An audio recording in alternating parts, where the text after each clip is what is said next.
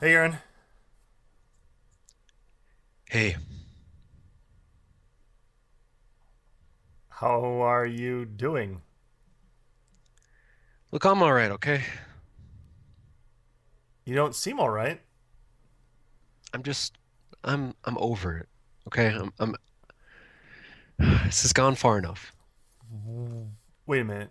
What are you talking about? Like the show, the I'm, podcast? I'm talking about, no, I'm talking about the feud. I'm talking about the tension within our podcast, and it's got to stop. I mean, I'm, I've essentially become the communications manager between you and Alabama Dog, and, and I know you guys are both co-hosts, and I want you to get along. But last month, episode 006, you said some hurtful things about Alabama Dog, and he listened, and we've been talking, and he's hurt. I'm just calling it how I see it, and I don't understand why Alabama Dog is going to you and not coming to me if he has a problem with what I'm saying. He's scared of you now. He feels like he can't do anything right in your eyes. There is absolutely no reason to be scared of me. I am probably Listen, what the. I mean, if you ranked all the nicest people in the world, I got to be in the top 10. I have to be in the top 10. is that official? Top 10, really? I would think so. I mean, if I'm ranking nice guys, I'm thinking, okay, who are the nice people I know in the world? I Yeah, put myself on the top 10 list. yeah. You may feel like you're one of the nicest guys ever, and it may be official by some worldwide vote. But I'm telling you, Alabama Dog feels slighted. And he sent me something that he wants to get across that you can make it up to him a little bit. All right, fine. Let's hear. I mean, I don't want there to be strife in the podcast. I mean, I think my Okay. whole point last episode was I just want to hear, I just want to see, I just want to feel as though he's committed to the show. All right. So All right. I want what he wants. If he wants what I want, Well, he wants me to read this message if you're okay with it. yeah, let's hear. I mean, it's great that he's actually finally contributing something to this show. It sounds like that's what he's doing. So great. Let's hear it. Let's hear what he has to say. Okay. This is from Alabama Dog, our co-host who has yet to appear on the show. All right. Hey guys, do you want to jumpstart your career in a creatively satisfying way? Do you want your business to inspire people by making beautiful things? Then come to the next Alabama Dog University session where our fearless leader, Alabama Dog, will challenge you to reach new heights. Alabama Dog is an expert in just about everything, but specifically running away, chasing trucks, greeting UPS deliverymen, tweeting, rolling over, and podcasting. Come meet us at noon on March 15th in Alabama. Hey guys, it will be so much fun. Special thanks to our unofficial sponsor, Bacon Strips. Opinions and views expressed by users of this commercial, not necessarily those of Nestle Purina Pet Care Company or its affiliates. There. That's it. That's all he wanted to say. So, wait, his message to me was nothing but a little commercial for his side business he's got going on. No, no, no. It was just a message he wanted read So it to wasn't make it even a up message to for make it me. up to make it up to him for yeah, he wanted to get he wanted to get his little advertisement out, I guess. I mean, you guys need to talk this out, okay? You guys need to talk this out. I'm just the middleman. I'm the communications manager here.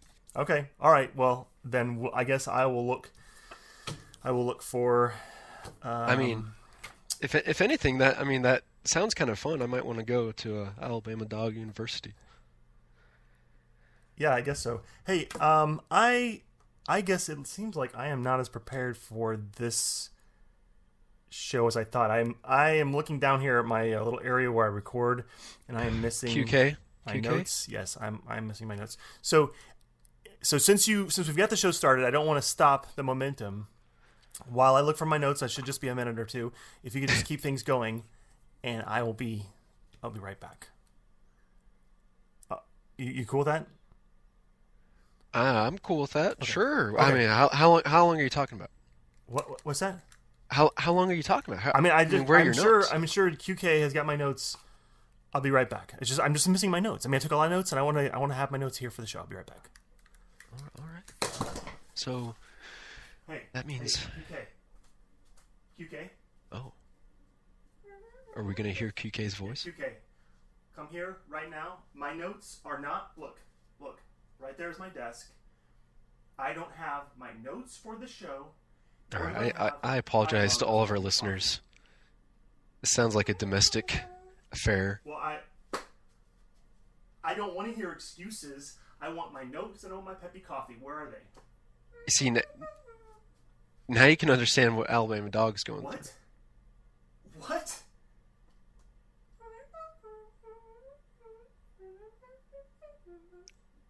QK sounds I don't want a to little hear bit like excuses. Elmo. Just shut up. Shut up and help me find my Whoa. notes. Whoa. I did not watch Octopussy for this show for nothing. You will find my notes. All right. Stop. Again, if you want to see if QK is all right here, you can tweet her at Where Assistant How QK. can you, this is such a simple task. It's such a simple task. That might not be a bad idea. Just to make sure she's alive in about 5 minutes. Aaron is on. He is on right now. He is doing the show. Do you have any idea how So it embarrassing sounds like this is? Carlin is yelling out the door. QK might be hiding in a corner. Cry. Don't cry. I guess she's crying now. Just find my notes. Oh. Wow. Carlin must really need his notes.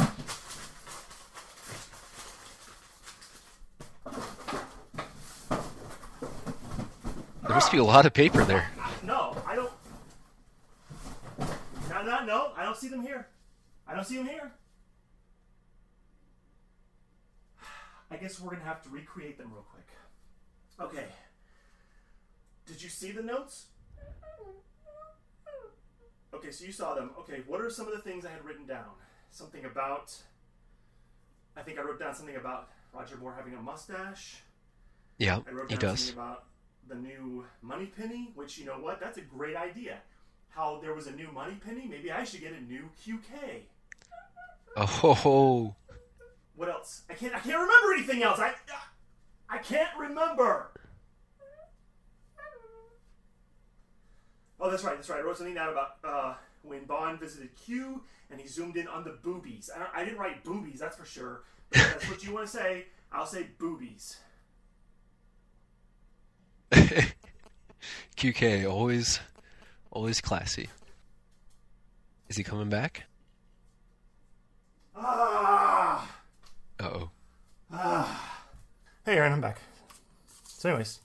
Hey, Carlin. Everything going all right over there? Everything's fine. Everything's fine. Is QK stuck in a corner with some shackles?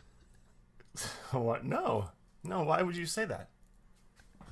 I just want to make sure, everything's okay there legally. Yeah. All right. Everything's fine. I don't know. There's nothing wrong. I've got some notes, and I'm looking forward to Good. talking about Octopussy. Oh, you're looking forward to it? Yeah. You sure? Yeah. You sure? Because it sounded like you didn't even want to watch this movie. How did it sound that way? What do you mean it sounded like that? You were yelling at QK about how you didn't even want to... You took these notes. I muted my microphone. You didn't hear any of that. I wish I hadn't heard any of that. So, Octopussy. So Octopussy. Yeah, So I've got a few notes. Your favorite. I've got a few obviously. notes about it. This is the first movie that you've taken notes, right? So this means that you must have really found something you liked. Well, look, maybe we should address a couple of things before launching into this, because we did get a review on iTunes recently that sort of called us out. Yes, we did. Talked about how we don't talk about the James Bond movies enough, which I don't know if I agree with that, but I thought, okay. All we do is talk about James Bond. So, but I thought, well, maybe I'm not taking it seriously enough. Maybe I should put more effort into it, and so I took some notes. And I'm glad you did that, because I did some research, and I have about 2 books here, purely based on Octopussy.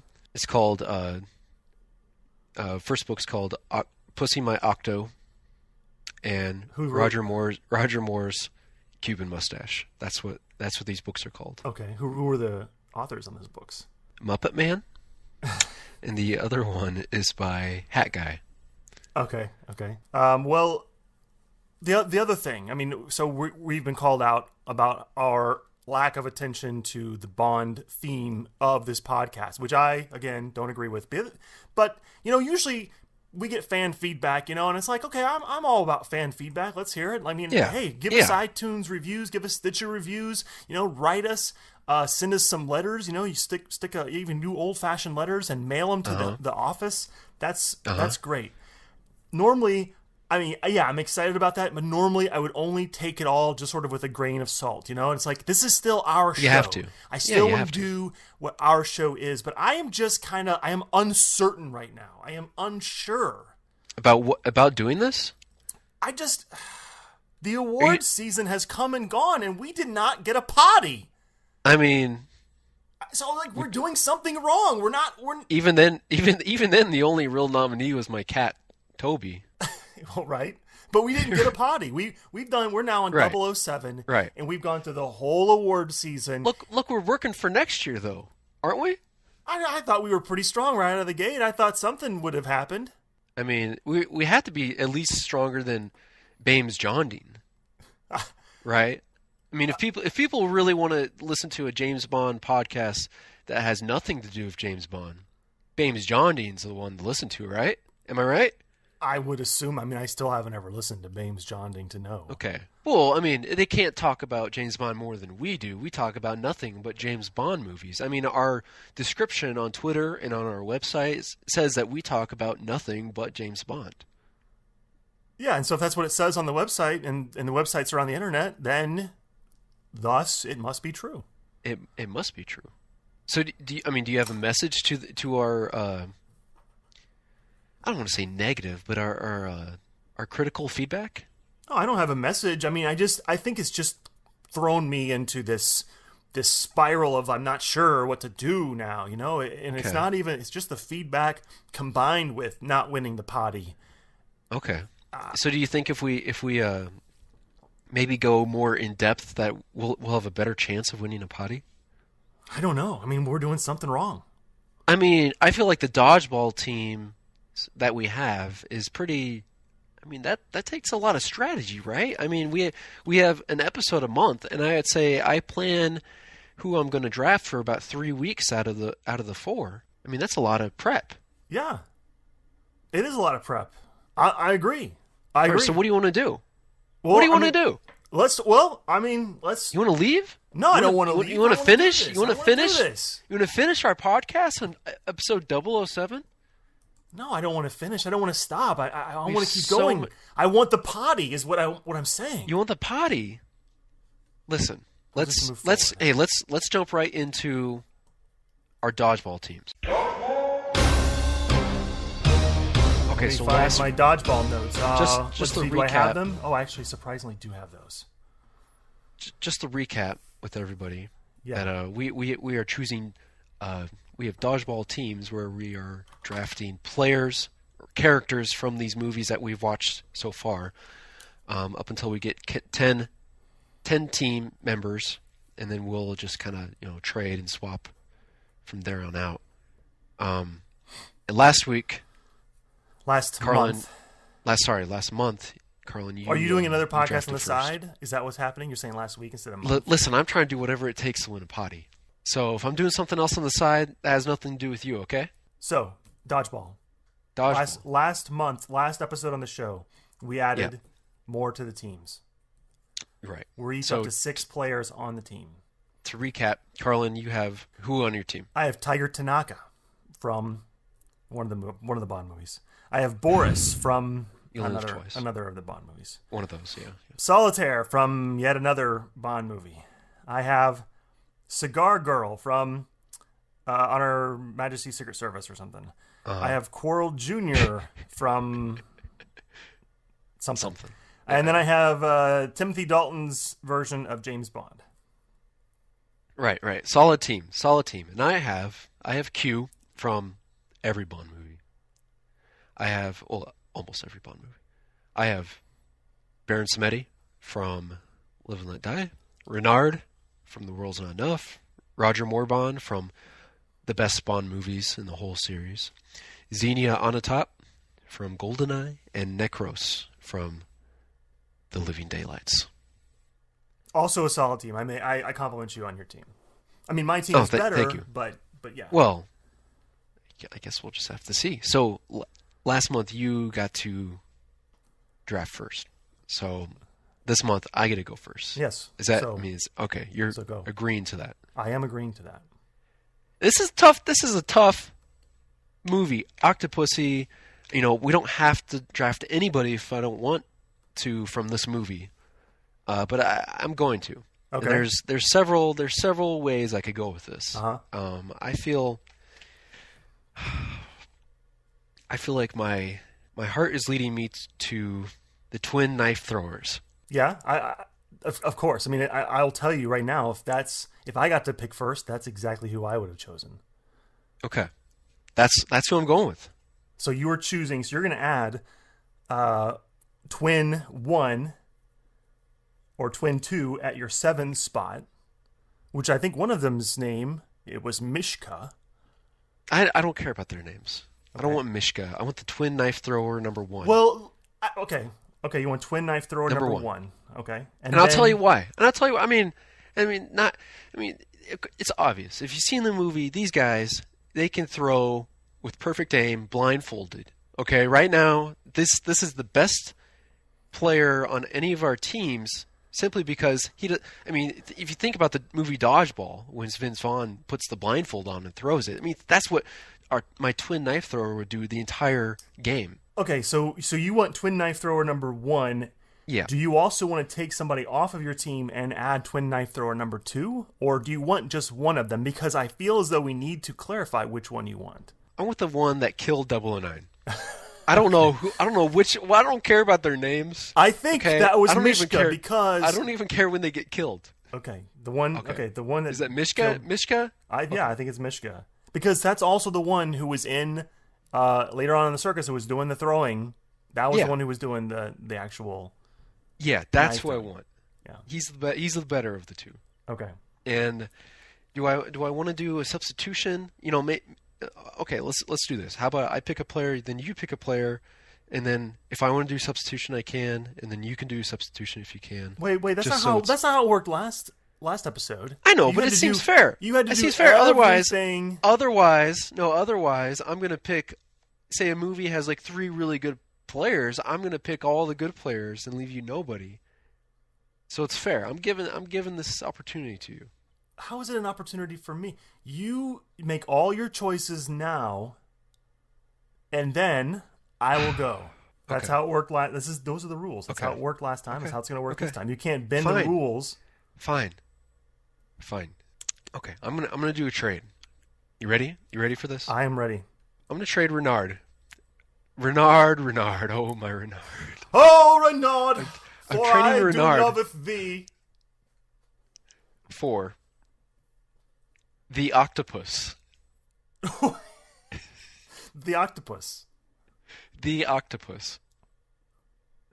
Because the octopus is deadly and it has 8 arms. So it can hold 8 of the dodgeballs at once. Okay. So it can catch a dodgeball, catch yet another dodgeball, and keep going until it has 8 dodgeballs in its hand. Okay, are you sure you can train the octopus to do this? I have no doubt in my mind. Who on your team is going to be the octopus handler? I mean, knife thrower number 1. Okay. Twin knife thrower number 1. All right, so I am crossing Renard off your team. Yep. And I am adding, in that open slot, the octopus. Yep. Thank you. Okay. All right, so now I am done. So it is now your turn. Okay. I was definitely thinking that if I was going to go first, I was going to go after that knife thrower because of all the reasons you mentioned. And so I knew that you're a savvy dodgeball coach. Thank you. And you're going to go after him. So I was trying to think of a backup, and there aren't really a lot of strong individual characters with names, I will say. However, at the end of the movie, there is the whole horde of Greatest American Hero cosplayers who are running around and they're like Octopussy's like minions. Yeah. And Yep. I thought, any It's number, her cult. It's her cult. right? It's her cult, and I thought any number of those ladies could be good on the great. team. And so one of them who had a name, her name was Midge. And so I thought about, do I go after Midge? But like even then, like Midge didn't really seem to be that strong of a choice because I could never pinpoint what Midge did, what she brought to the team, other than just really being a super fan of William Catt. Yep. Okay. And so then I thought about 009 because he does a pretty good job there at the beginning. I mean, he's a survivor. He is a survivor. He even gets stabbed in the back and he keeps going. Yeah. Probably one, except for like 006 in GoldenEye, he's probably one of the other 00 agents who actually seems to accomplish something in the series. Yep. Still dies. I thought about the mustache. I thought about just even the mustache that Roger Moore wore, but I didn't get that. That would have been a bold choice, I must say. I mean, considering Roger Moore's on my team. Correct. So I guess I'm just going to go with sort of a throwaway choice right now because even though we don't know much about her, I think she can be someone to distract one of your players, Okay. and inspire, and coach the people on my team. So I don't think that she herself did a whole lot. I think she could bring some elements to the team that are helpful. So I'm going to go after Octopussy. Octopussy You're herself. going Maud after the Adams. Octopussy. Yes. Maud Adams, Octopussy. She has this whole cult of people who she is inspired. She doesn't, like I said, she doesn't really do a whole lot on her own, but I think she can bring something. She's obviously a leader, Yeah. and she inspires people. And I mean, she's got a lot of good attributes. You're right. I didn't even think of her because you don't really see her do much. I just wanted to bring up one other player that I was considering that is worth talking about in the movie as a whole. Well, I haven't done my trade. Oh, okay. Then go ahead. I'm sorry. I'm not going to do a trade right now. Well, you're going to wait till I'm done, or are you going to wait till next month? I don't think I'm going to do a trade this episode. I'm going to stick with this team. Okay. But I just wanted to point out you just jumped ahead and didn't let me do my trade. But I'm not going to do a trade. I'm still waiting for you to drop Cigar Girl. I don't think that I will ever drop Cigar Girl. Okay. All right. So the one player that I was highly considering, took me a lot to convince me not to, was Thug with Yo-Yo. And if you've seen the movie, you know the assassin hired to kill James Bond, an Octopussy. He has this chainsaw type device that's essentially like a giant yo-yo, right? Yeah. And when they hire him, he cuts the table with the paper, and it's supposed to be really impressive. And he ends up killing VJ. But I thought about it, I'm like, well, the only advantage he has is when he's above everybody, and he can only kill people from above. Right. And I'm thinking, like, maybe he can do yo-yo tricks where he can, like, shoot it out in front of him, and maybe he can defend the dodgeballs by, like, destroying the dodgeballs before they even get across the line or something. But then I thought, if he destroys the dodgeballs, how can my team beat your team? So yeah, you wouldn't be possible. I mean, he'd be an interesting player on the team, but there would have to be a lot of training. When watching the movie, I also contemplated him, and I decided against him because I felt like he was more of a wild card, less of someone that I could mold into a team player. I don't want someone like that on my team. Yeah, I'm going the opposite. I want Octopussy. I want someone who can inspire and lead. Yeah, and that teamwork, that camaraderie, that's what's going to make us a winning team. And he didn't have good aim when it counted the most. When he needed to kill Bond, I mean, I know everybody misses Bond, but he really misses Bond, and it's really bad. So I decided, like, no, sorry, thug with the yo-yo, you're not for my team. Yeah. Now the downside to picking Octopussy, and this is actually something I want to bring up with you, is I fear that she's going to force everyone on this team to wear red spandex and black coats. And that kind of goes against the whole Timothy thing Dalton with Timothy. Will not go for that. I'm just saying. No, because the whole reason I chose Timothy Dalton was because he's wearing looser fitting clothes. Exactly. Yeah. And I don't know. I feel like that could be a point of contention, but I did think we haven't really talked about uniforms. Yeah. And so did you have any ideas about what your uniforms would be on your team? Oh, I haven't thought about it 1 second. All right. Well, then maybe that's something to contemplate for the next episode. All right. That's a good idea. I mean, maybe I'll give my team a name too. Oh yeah, I think we should come up with names and uniforms. Okay, sounds good. But not this episode, because we've gone on so much about the dodgeball that I don't want to offend and hurt the feelings of the people out there who are listening that are expecting something so much more. In-depth look into Octopussy, because we did a lot of research for this episode, right? And in an in-depth look into Octopussy. Yes. Yeah, that sounds fine. That doesn't sound like there's anything wrong with that sentence at all.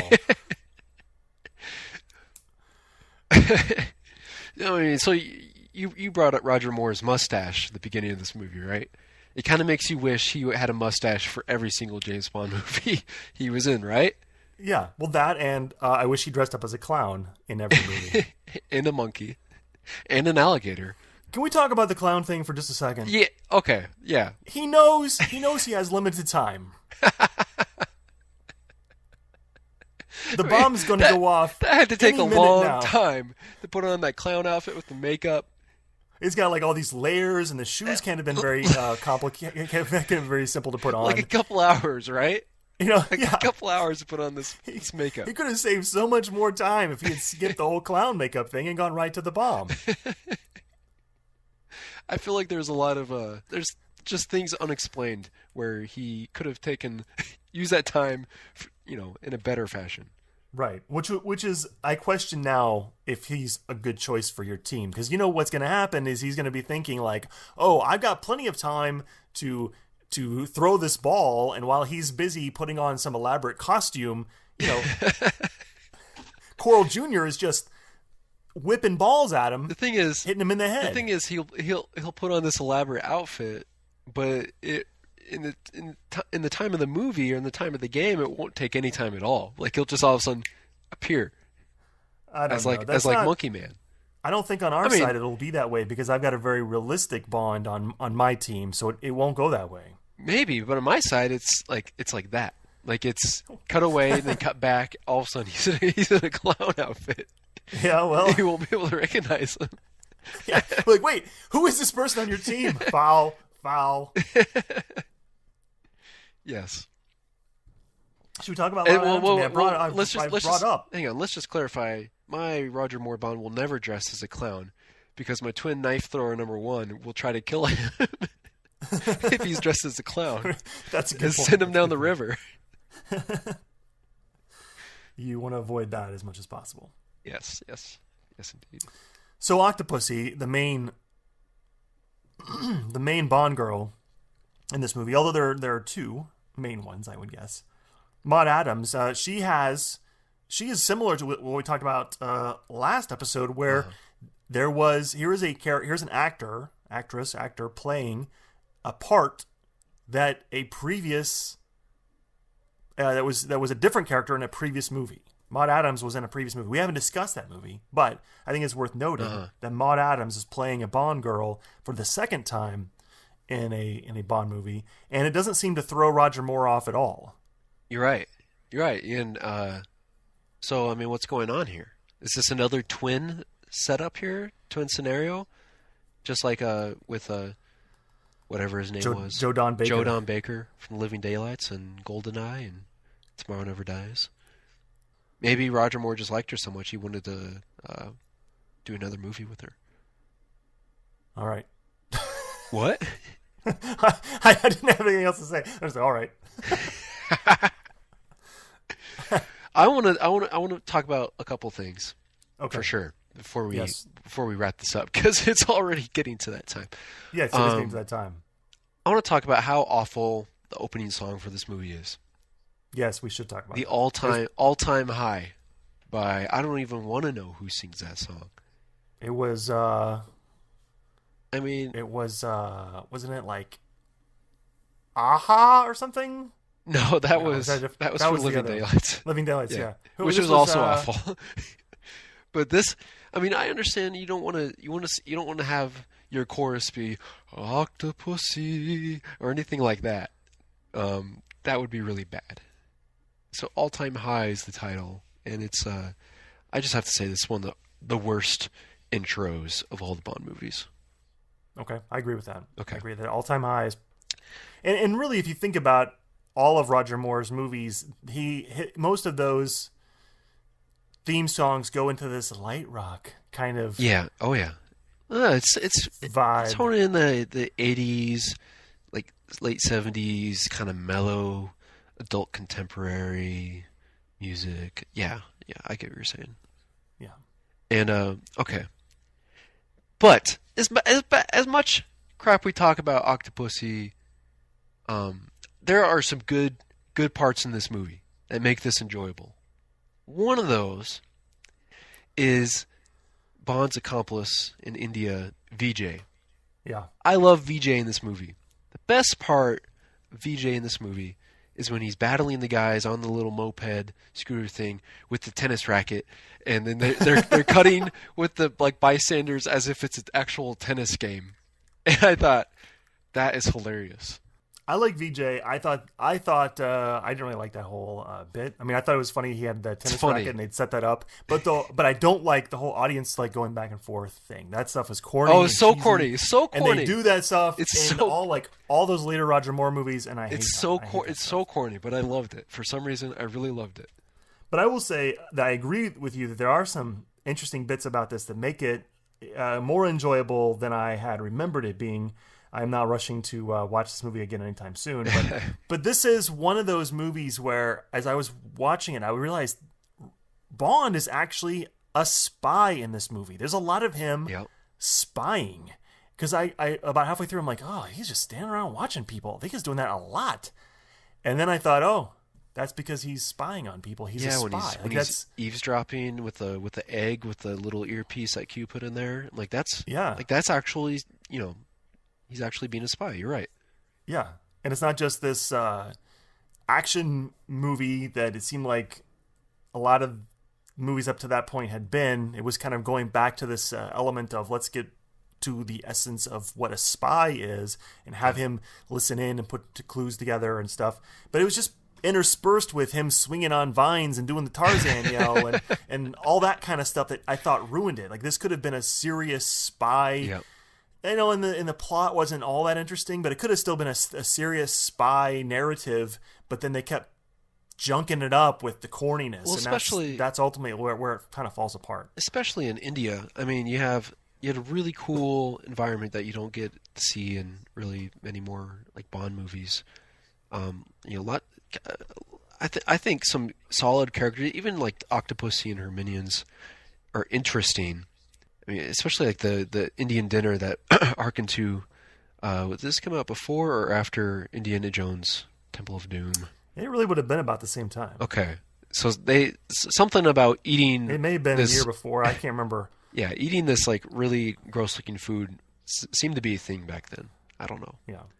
I just want to give a shout out to the stunt team in this movie, especially the end plane stunt scene. James Bond, I'm glad Roger Moore's on my team just for this because he is badass. The plane is, I don't know, thousands of feet in the air, and he's hanging on. Like it's diving, it's doing loop-de-loops, everything. He is hanging on to this airplane. And that was one of the most impressive stunt scenes. I mean, there's like you don't see any wires or anything with these guys on the airplane. It was pretty good.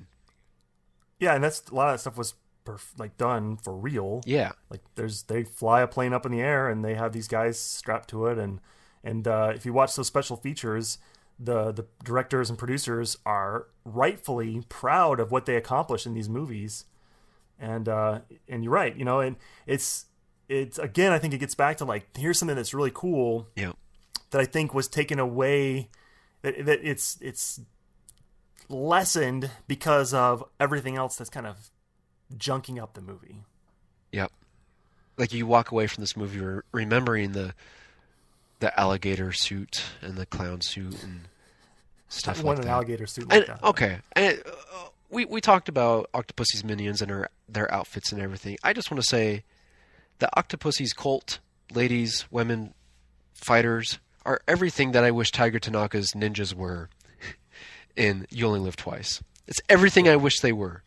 Yeah, no, you got a good point. Like a group of these action fighters coming in and taking over the evil lair. That's everything I wish that the ninjas were.